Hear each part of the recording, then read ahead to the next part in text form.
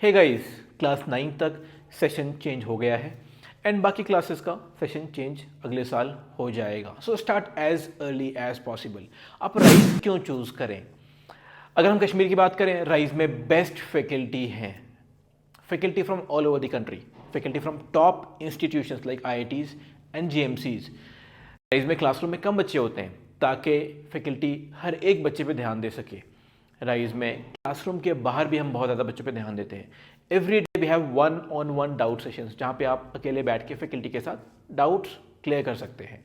Rise में study rooms हैं, girls and boys के लिए अलग अलग, जहाँ पे आप पढ़ाई कर सकते हैं अगर आपकी क्लास नहीं है तो।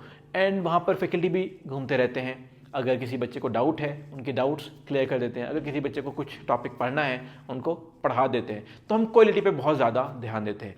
राइज में क्लासेस जो होती हैं वो हफ्ते में 4 दिन होती हैं, और ये इसलिए है ताकि बच्चे ओवरबर्डन ना हो, बच्चे स्ट्रेस फ्री पढ़ाई कर पाए एंड कंपटीशन क्रैक कर पाए। राइज एक सेफ एनवायरनमेंट में लोकेटेड है, यहाँ पे आसपास भीड़ भाड़ नहीं है, तो हम बच्चों पे एक निगरानी रखते हैं, बिल्डिंग में भी एंड बिल्डिंग के बाहर भी।